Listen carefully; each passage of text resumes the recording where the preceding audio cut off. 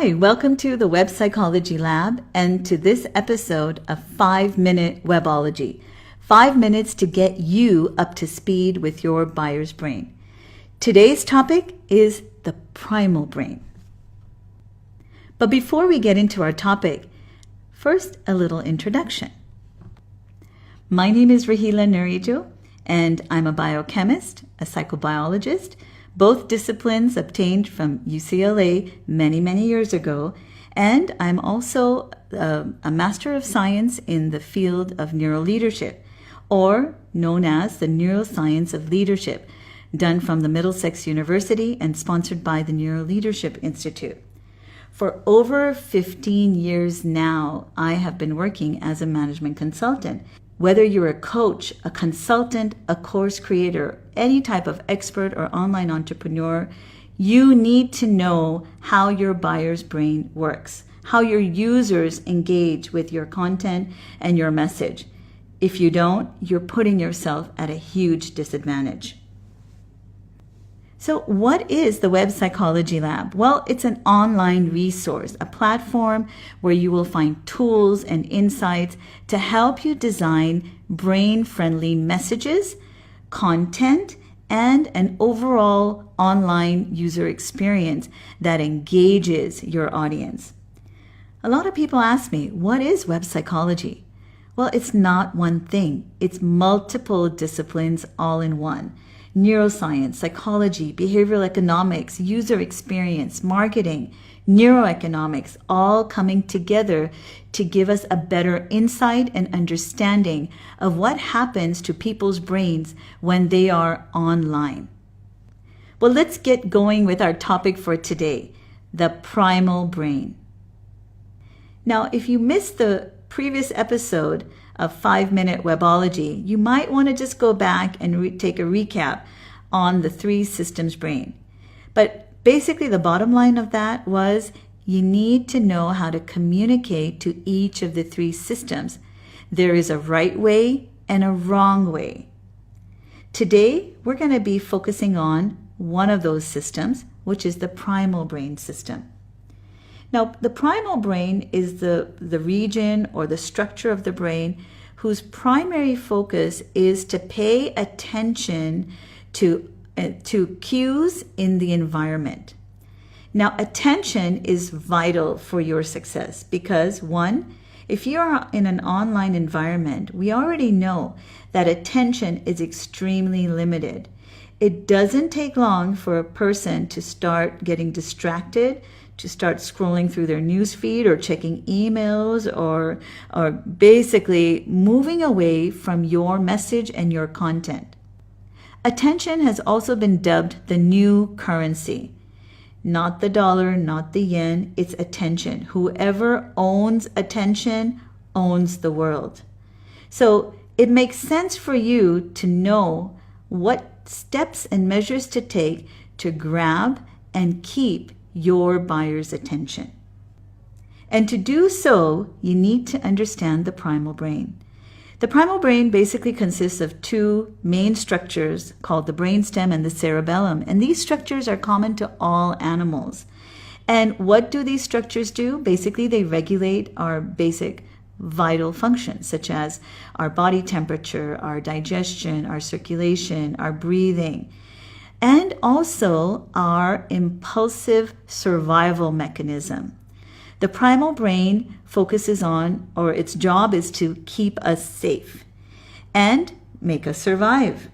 It regulates the 3F response, which is basically the fight, flight, or freeze reaction we often exhibit when faced with a threat. The primal brain is also interested in sex, because it kind of leads to your long-term survival in terms of passing on your DNA. And it's also interested in food. You can't survive without food, can you now? So how does the primal brain get information? Well, information is being channeled into your brain through your 5 senses. Your sense of taste, your sense of touch, pressure, heat, your sense of smell, your sense of sound, what you're listening to, even your sense of sight. All of these sensory organs are continuously collecting information and channeling it into your brain. And the primal system is the lucky one because it gets dibs on this information first. The primal brain acts as the filter for the incoming information. It decides whether information is important enough for it to pay attention to or not. If it thinks it's important, it allows that information to pass through its filter and move on towards the more conscious processing regions of the brain. So, the primal brain, its job is to grab attention. It acts as a gatekeeper or a filter to incoming information. So now you're probably asking yourself, so what does it pay attention to? What does it allow to pass through its filter? Well, essentially, there are 4 critical things that the primal brain can't resist paying attention to. 1 is anything in the environment that is different. It's novel, it's new, it's disruptive. And why is that? It's because the brain tends to collect information and create an understanding, or what we call a gist of what the information means. And it's also referred, this process of creating a gist is also called habituation. Kind of similar to when you're smelling perfume. After a couple of seconds, you can't smell it anymore. It's because your sensory receptors have become desensitized to that source of information. They have habituated.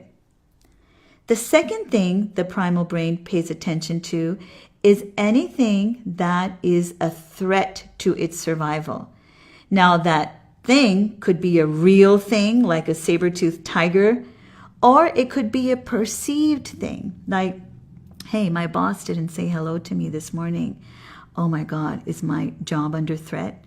So it could be real or perceived, and the threat could be either physical or it could be social. It could be potentially disruptive to your social standing, your social credibility, your social relationships. The third thing that the primal brain pays attention to, and it absolutely cannot resist, is a question. Why is that? Is because a question is an open loop. And the primal brain hates an open loop because it creates uncertainty. The primal brain seeks certainty. It wants closure. It needs to know, because anything it doesn't know can potentially harm your survival. And the fourth critical thing that the primal brain absolutely adores and showers attention on is a story. Why is that?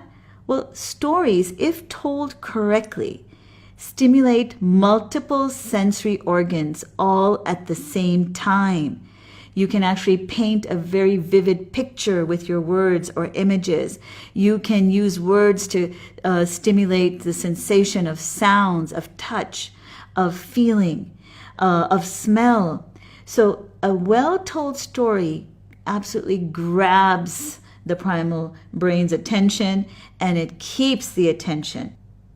So today what we've learned about is the primal brain, what its basic role is, and what we can do, or what are those triggers that we can activate in order to grab the attention of the primal brain and to keep the attention of the primal brain. In upcoming episodes of 5 Minutes Webology, I'll be diving deeper into each one of these triggers for the primal brain. But thank you so much today for joining me on this episode of 5 Minutes Webology. If you haven't done so already, hop on over to the Web Psychology Lab and sign up, join, so that you stay up to date on my latest posts, my latest shares, and latest insights like these videos, so that you get the edge over everyone else in your competitive environment. All the success, and thanks for your time.